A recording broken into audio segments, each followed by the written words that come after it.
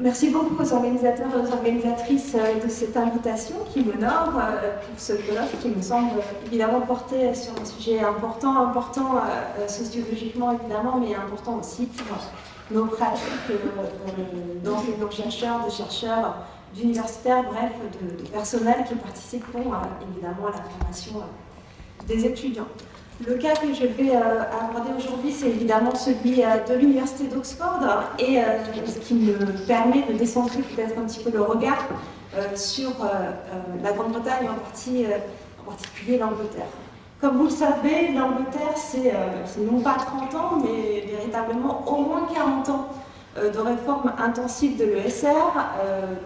Angleterre qui apparaît très régulièrement dans le discours des acteurs de l'ESR français à la fois comme un modèle et comme un contre-modèle. Rappelez-vous par exemple des Macron Leaks qui revenaient notamment sur le cas d'Angleterre et la capacité du système à augmenter les frais d'inscription de manière drastique, puisque ça passe de rien du tout à actuellement 9 000 livres sterling par an en un temps record, et tout cela sous la houlette en plus des néo-travaillistes, puisque les réformes liées à la hausse des frais d'inscription, c'est évidemment lié au gouvernement de Tony Blair puis de Gordon Brown. Donc 40 ans de réformes intensives du secteur, je parle de la hausse des frais d'inscription, on aurait pu aussi parler de la régulation externe des carrières universitaires par la multiplication d'agences d'évaluation et d'exercices d'évaluation, et en particulier le Research Assessment Exercise qui a été mis en place par évidemment le gouvernement Thatcher, repris en fait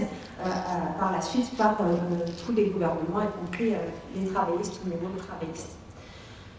Ces changements, je vais les saisir par une enquête sur les dispositifs d'ouverture sociale, enquête que je mène en fait depuis 17-18 ans. Dispositifs d'ouverture sociale qui, initialement dans le cadre de ma thèse, je l'ai approché par le biais d'une sociologie des socialisations. Ce qui m'intéressait, c'était en fait de voir comment ces universités d'élite ou d'excellence, selon leur qualification, la qualification qu'on leur donne, transforment en quelque sorte les dispositions de leurs élèves et dans quelle mesure ces dispositions des élèves peuvent avoir un impact sur leur manière de fonctionner. Dans quelle mesure, justement, ces dispositifs d'ouverture sociale affectent-ils les procédures routinières de sélection des élites et de socialisation des élites avec l'arrivée de ces nouveaux publics dont les caractéristiques sociales sont a priori, et en fait seulement a priori, très différentes de leur public traditionnel. Donc, voilà le type de questions que je me posais. Et pour répondre à cette question, donc, je me suis fondée sur l'étude micro-sociologique et deux filières d'élite, donc en l'occurrence Sciences Po, dont il a déjà été question, l'ESSEC et l'Université d'Oxford, que je prends comme des organisations ordinaires à la recherche du maintien de leur légitimité auprès de leur public. Qu'est-ce que j'entends par organisation ordinaire? Tout simplement des organisations hiérarchiques avec tout un ensemble de personnel qui travaillent et qui travaillent souvent d'ailleurs de manière relativement invisible. Donc j'ai eu un intérêt particulier pour l'ensemble des personnels qui assurent justement une mission liée au concours d'entrée, aux procédures de recrutement, et non seulement les universitaires, mais aussi ou les administratifs de type cadre, en quelque sorte, mais aussi les secrétaires pédagogiques, les personnels vacataires des admissions, les surveillants, etc. etc. L'idée étant d'avoir vraiment une lecture large des admissions comme une organisation. Au-delà de la question de la socialisation, ce qui va sauter aux yeux très rapidement, c'est qu'en fait, la sélection et l'ouverture sociale ouvrent un terrain extrêmement fructueux pour comprendre ce qui nous intéresse aujourd'hui, c'est-à-dire la mise en marché des universités et aussi la managérialisation des universités, entendue justement comme la montée en puissance de managers à divers niveaux, de tout un ensemble de personnels qui sont mus en quelque sorte par des indicateurs quantifiés, et notamment à la défaveur des missions traditionnelles des universitaires, liées à l'enseignement, à la recherche, mais aussi liées aux admissions. Vous allez me dire, pourquoi du coup s'intéresser aux filières d'élite très sélectives? Parce que pour moi, et je pense que Hugo a proposé en fait exactement la même chose, pour moi elles sont un peu à l'avant-poste des logiques qu'on connaît maintenant à l'université. Elles investissent particulièrement leurs admissions, leurs concours, comme un capital symbolique qui leur permet de se positionner dans le champ de l'ESR, évidemment, Et elles produisent des normes scolaires qui se diffusent au sein des systèmes éducatifs. Ça, c'est un résultat assez classique des travaux en histoire de l'éducation, notamment ceux de Bruno Belost, qui expliquent en fait que la création de Polytechnique et de l'ENS Ulm, maintenant ENS PSL, a un impact dans la mesure où elle induit la création de classes préparatoires, puis de lycées qui reprennent en fait des normes scolaires qui sont liées au concours et aux épreuves de l'école polytechnique et de l'ENS. Tout ça en parallèle, évidemment, des universités beaucoup plus anciennes. Donc, intérêt, à mon avis, pour les filières sélectives, comme les avant-postes de ces logiques institutionnelles. Quel est l'intérêt de la Grande-Bretagne sur ces questions? Comme il a déjà été dit, la Grande-Bretagne ressemble parfois à s'y méprendre à la France dans la mesure où la stratification sociale repose aussi sur des hiérarchies scolaires extrêmement fortes. Le diplôme, la qualification et le type de diplôme va affecter de manière très forte la position sociale des individus, comme en France. Le deuxième intérêt de l'Angleterre, c'est que l'action publique liée à l'ESR repose, contrairement à la France, à la présence très importante en fait, d'agences publiques ou parapubliques, qu'on appelle parfois les Fungos, qui assurent des formes de régulation du système. C'est moins le Department of Educational Higher Education and Innovation qui assure la régulation que des agences qui gèrent des budgets et qui contractualisent, qui montent des formes de contrats autour d'indicateurs de performance avec les établissements.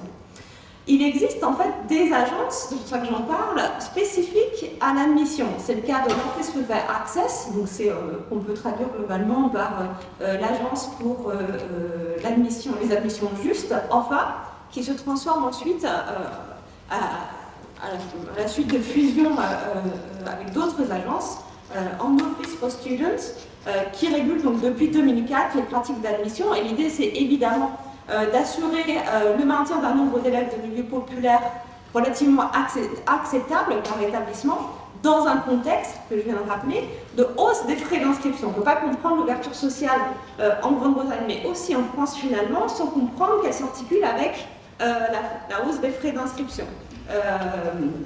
L'idée, c'est évidemment que la hausse des frais d'inscription pour les travaillistes n'ait pas un impact délétère sur la massification universitaire et surtout sur l'accès des classes populaires aux établissements d'enseignement supérieur et notamment aux universités dites de recherche. Qu'est-ce qui est intéressant dans le cas d'Oxford, c'est que comme à Cambridge ou à Durham notamment, elle reprend une organisation collégiale. Si vous êtes déjà allé à Oxford, vous avez sans doute, même en tant que touriste, vous avez sans doute remarqué que l'organisation est moins fondée sur des services centraux puissants, puis des départements ou des UFR, qu'une organisation collégiale qui ressemble en fait très fortement à une université médiévale. Les collèges, c'est en fait des formations, des unités de formation, principalement au niveau des sciences, très prestigieuses, souvent très anciennes, et la somme de ces collèges, en fait, forme l'université d'Oxford. Il existe tout de même des services centraux qui sont initialement faibles, liés par exemple aux ressources humaines, à la communication, etc. Il existe par ailleurs des départements disciplinaires qui sont adossés à des fonctions recherche, qui sont eux-mêmes traditionnellement assez faibles, qui sont chargés par exemple de la formation en master, qui est beaucoup plus récente en Angleterre qu'en France, et la formation doctorale. Ce qui est intéressant par ailleurs à Oxford, et j'y reviendrai, c'est sa position spécifique. Elle est à la fois très encastrée dans des réseaux politiques institutionnels anciens, j'ai même envie de dire des réseaux religieux, tout en maintenant une posture que Francisco Ramirez décrit comme socially buffet, c'est-à-dire que les universitaires ne se définissent pas dans leur rapport à l'État et dans leur rapport aux besoins de l'économie. C'est-à-dire que les curricula, c'est-à-dire les programmes ou les disciplines, en fait, résistent en termes de correspondance avec des besoins de l'économie ou des besoins de certaines professions. Ce qui explique le maintien symbolique extrêmement fort et le prestige notamment des sciences humaines et sociales pendant très longtemps à Oxford. Et exemple parmi tant d'autres, Boris Johnson est diplômé d'Oxford, mais il est diplômé en lettres classiques, en fait, en lettres et humanités classiques, plus précisément. Donc, en termes de terrain, c'est un terrain évidemment qualitatif, fondé sur des entretiens avec les personnels administratifs, des universitaires, des étudiants impliqués, de plus en plus impliqués en fait dans ce type d'ouverture sociale, notamment au titre de séances de tutorat qui existent également en France, des observations des admissions, des procédures d'admission en termes de réunions de jury par exemple, des oraux.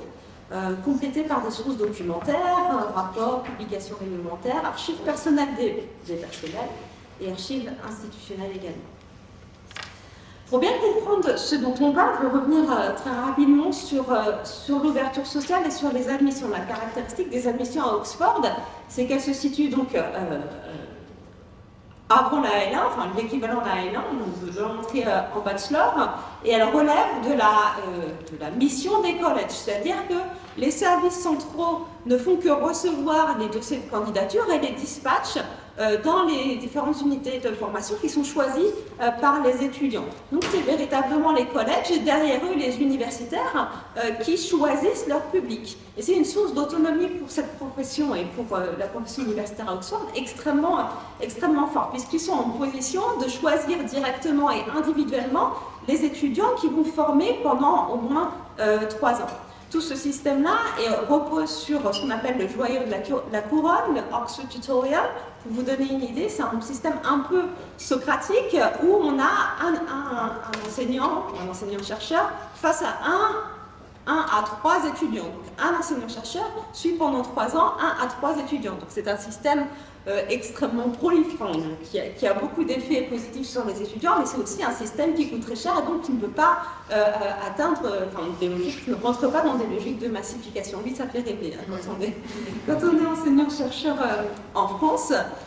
Dans tous les cas, effectivement, ce système d'admission est en plus autorégulé, c'est-à-dire que c'est toujours un universitaire au sein des collèges qui négocie les capacités d'accueil et qui est responsable des admissions pour une année donnée.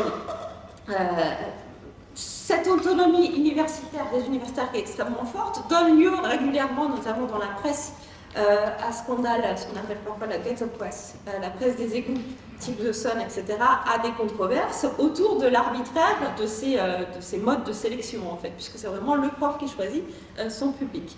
Et je vous ai mis une petite illustration, c'est en fait un guide de type guide de l'étudiant, c'est un peu l'équivalent, ou l'un des équivalents en Grande-Bretagne, qui s'appelle So you want to go to Oxbridge, tell me about a banana. Et rien que le titre est censé justement illustrer la stupidité ou l'arbitraire potentiel des critères de sélection à Oxbridge. Et le candidat qui veut se présenter à Oxford ou à Cambridge, doit anticiper justement ces formes d'arbitraire. La situation change, on connaît un tournant très important en 2001 avec l'affaire, ce qu'on appelle l'affaire Laura Spence, qui illustre justement les logiques de scandalisation et finalement de politisation du secteur. Ce qui est très intéressant, c'est qu'en 2001, en France, c'est le début des conventions d'éducation prioritaire qui crée en fait une campagne de presse absolument incroyable avec Richard Descamps qui défend justement un nouveau système de sélection dans les grandes écoles au nom de la responsabilité des grandes écoles à assurer une forme de mobilité sociale à son âge. Laura Spence, qui est-elle? C'est une candidate issue du nord de l'Angleterre, de milieu populaire. Elle se présente au Magdalen College, qui est un des plus prestigieux, en médecine. Elle a réussi par des réseaux personnels à avoir en fait la fiche de sélection qui la rejette. Donc elle est rejetée, sa candidature est rejetée, elle demande une justification. Et en fait, elle réussit à avoir les fiches des universitaires qui indiquent en fait qu'elle est bonne, mais venant d'un milieu populaire à Oxford, c'est sûr qu'elle va se planter dans ses études. Alors évidemment, elle fait fuiter, sa famille fait fuiter, et ses avocats également, ses feuilles, ce qui donne lieu à un énorme scandale avec des campagnes de presse contre Oxford et Cambridge, et finalement à une commission d'enquête parlementaire spécifique sur ces questions, donc sur les admissions à Oxford et Cambridge, en 2002. Donc imaginez-vous une commission d'enquête parlementaire au Sénat et à l'Assemblée nationale contre l'ENS, Polytechnique, HEC, etc. C'est vraiment de cet ordre-là. Ce qui donne lieu finalement à la création de cette fameuse agence de régulation en 2004 qui contractualise le droit des établissements à augmenter leurs frais d'inscription en les associant avec leur taux d'entrée d'élèves, taux d'admis d'élèves issus de milieux populaires. La contractualisation, alors, elle repose sur un principe. Si vous avez une certaine proportion d'élèves issus de milieux populaires, vous aurez le droit d'augmenter, comme vous souhaitez, les frais d'inscription. Ce cas Laura Spence, il a un effet extrêmement fort en termes de moralisation des admissions, c'est-à-dire que rentre au sein des pratiques et du discours des acteurs le discours de la diversité, la responsabilité sociale des entreprises appliquées aux universités, donc souvent qu'on retrouve sous le thème de responsabilité sociale des universités, où la diversité est pensée comme une source d'efficacité économique et avant tout économique. Et c'est ce qui justifie justement la nécessité de la développer, puisque la diversité est une source potentielle de développement économique pour tous. C'est quelque chose qui doit être pris en charge par les universités. En parallèle, on a toute une campagne de professionnalisation des personnels qui sont associés aux admissions et de conversion à l'injonction à la transparence. Je ne passe pas trop de temps là-dessus parce que ça a déjà plus ou moins été dit. C'est incarné particulièrement par la création d'un nouvel instrument de contrôle, donc les données contextuelles, contextual data. Qu'est-ce que c'est concrètement? C'est que tous les universitaires, et notamment à Oxford et Cambridge, sont désormais soumis à l'obligation d'utiliser des données personnelles sur les élèves, pas seulement en termes de résultats scolaires, mais aussi toutes les dimensions de l'élève, à la fois son établissement, les résultats au baccalauréat, plutôt l'équivalent A-levels dans son établissement, le taux de pauvreté dans son établissement qui se calcule au taux d'élèves qui reçoivent ce qu'on appelle le free school meal, c'est-à-dire des repas gratuits à la cantine. Donc, obligation pour les universitaires désormais d'utiliser ces données. Tout ça se passe dans un contexte où les admissions plus généralement, ou du moins l'affaire Laura Spence, accélère le fait que les admissions se mettent au service d'une stratégie d'établissement en contexte de mise en marché. Je mets un extrait d'entretien avec une administrative d'un organisme national qui s'appelle University UK, plus ou moins l'équivalent de la CPU de France Université, qui illustre bien ça. Il va falloir que les gens en charge des admissions développent un ethos de service, parce qu'ils vont être confrontés à des consommateurs qui répondent à leurs propres intérêts au sein de l'institution. C'est quelque chose que les personnels ne voient pas forcément, parce que pour eux, les admissions, ça répond d'abord à une fonction administrative. Les élèves, c'est d'abord des fichiers administratifs, vous les traitez, puis un jour, ils rentrent à la fac ou non.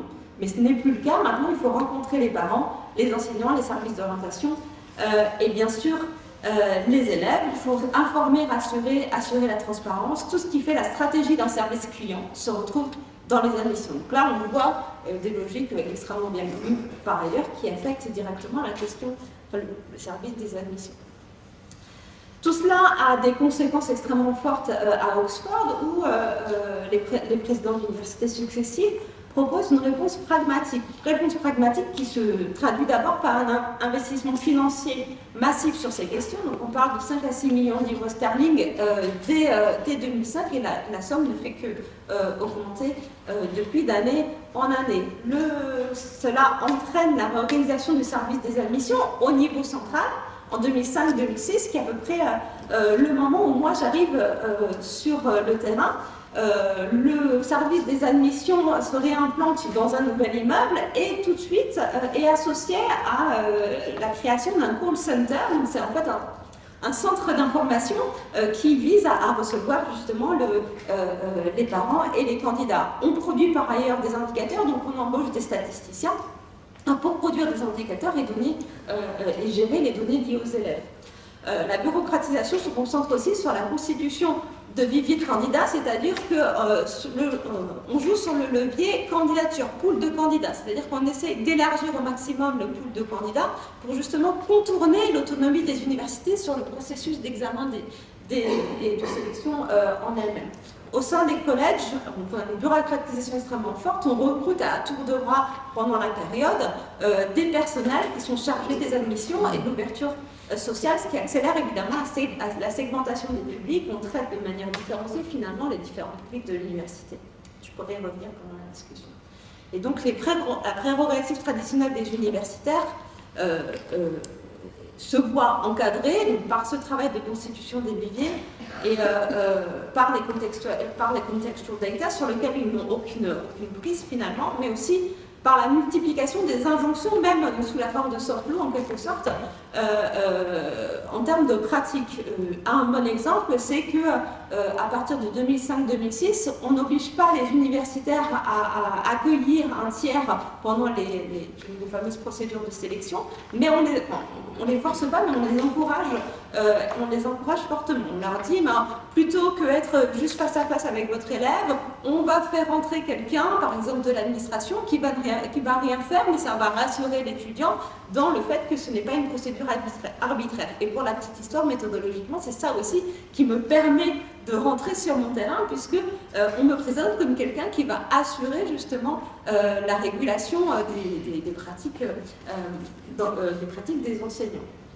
Évidemment, cette managérialisation ou cette bureaucratisation, elle ne se fait pas sans résistance, qui est vraiment à l'image de l'autonomie, la puissance des universitaires, notamment autour de, je vous ai mis une petite photo de ce qu'on appelle l'Oxford Down. L'Oxford Down, c'est vraiment la caricature en quelque sorte de la puissance de l'universitaire à Oxford et à Cambridge. On pourra peut-être y revenir. Le premier type de résistance, c'est justement que les universitaires limitent au sein des collèges en fait la légitimité normative de ces nouveaux personnels qui sont souvent limités à une fonction support. Alors on recrute avant tout des très jeunes diplômés, souvent diplômés d'Oxford d'ailleurs, de milieux populaires, c'est d'un personnel extrêmement féminisé, et hiérarchiquement, ce sont très dominés à la fois par les enseignants et des cadres supérieurs, notamment les deans, c'est-à-dire les présidents de chaque collège, qui font qu'elles ont finalement peu d'autonomie sur cette procédure de sélection. C'est ce que l'une d'entre elles me dit. Dans la position dans laquelle je me trouve aujourd'hui, n'importe quel membre du personnel enseignant est plus important que moi. Si je fais quelque chose qui est considéré comme négatif par un enseignant, je vais devoir arrêter de le faire, tout simplement. Mais cela n'arrive jamais parce qu'ils ne sont jamais aussi intéressés que cela dans mon travail. Autre résistance, évidemment, c'est le contournement des instruments de performance. Déjà, dans les discours, quand on les rencontre, on voit qu'ils donnent une légitimité extrêmement faible, notamment aux données contextuelles. Donc, extrait d'entretien. L'autre jour, j'ai passé l'après-midi à échanger avec un statisticien sur le meilleur prédicteur possible pour les admissions. Les résultats au GCSE, donc au brevet britannique, brevet des collèges, sont le meilleur prédicteur de la réussite scolaire au partiel, une fois admis. Mais que faire si un candidat a obtenu la note de A+, dans 10 matières au brevet et que c'est un élève d'Eton, donc évidemment la public school la plus célèbre. Le candidat X, lui, a obtenu A+, dans 5 matières, mais il vient d'un collège public standard. Du coup, dans cet environnement scolaire, ces 5A+ semblent incroyablement bons. Donc, dans cette perspective, ces notes semblent révéler une valeur ajoutée mais de quoi en fait? Ça n'a aucun sens pour moi. Donc, délégitimation dans les discours qu'on retrouve également dans les observations avec un contournement des données contextuelles, ou plutôt les données contextuelles, c'est-à-dire les données sociales sur les étudiants, sont utilisées seulement en deuxième instance. À partir du moment où les élèves ont les résultats et l'excellence, on teste l'excellence des résultats des élèves, c'est à partir de là qu'on prend en compte les données contextuelles et pas au contraire. Alors qu'on sait évidemment que les résultats scolaires sont tout à fait le produit d'un positionnement social. En 2 mots, l'ouverture sociale incarne donc un traitement individualisé des inégalités sociales dans l'univers scolaire. La justice sociale relève dans ce cadre-là à reconnaître le talent et le potentiel, avec des guillemets, de chacun, et non un standard incarné par une moyenne scolaire. Mais l'ouverture sociale, et c'est en ça, pour moi, qu'elle est vraiment très intéressante, c'est qu'elle incarne aussi certains états des politiques de régulation, notamment à l'égard des universitaires, justement à un moment où les carrières sont de plus en plus régulées, notamment par ces fameuses agences d'évaluation depuis Thatcher. Mais je vais vraiment finir par dire, et pour moi c'est vraiment un résultat qui est aussi prégnant en France, que la réception des outils de l'ouverture sociale, même si elle est à géométrie variable, comme je l'ai montré dans le cas d'Oxford, elle ne réduit pas en fait une forme d'efficacité cognitive, comme dirait Paston. Efficacité cognitive de l'ouverture sociale qui crée des schémas narratifs au-delà même des instruments. Et comme disait une des universitaires que j'ai rencontrées, finalement l'ouverture sociale au-delà des instruments, on y pense tout le temps. Merci beaucoup.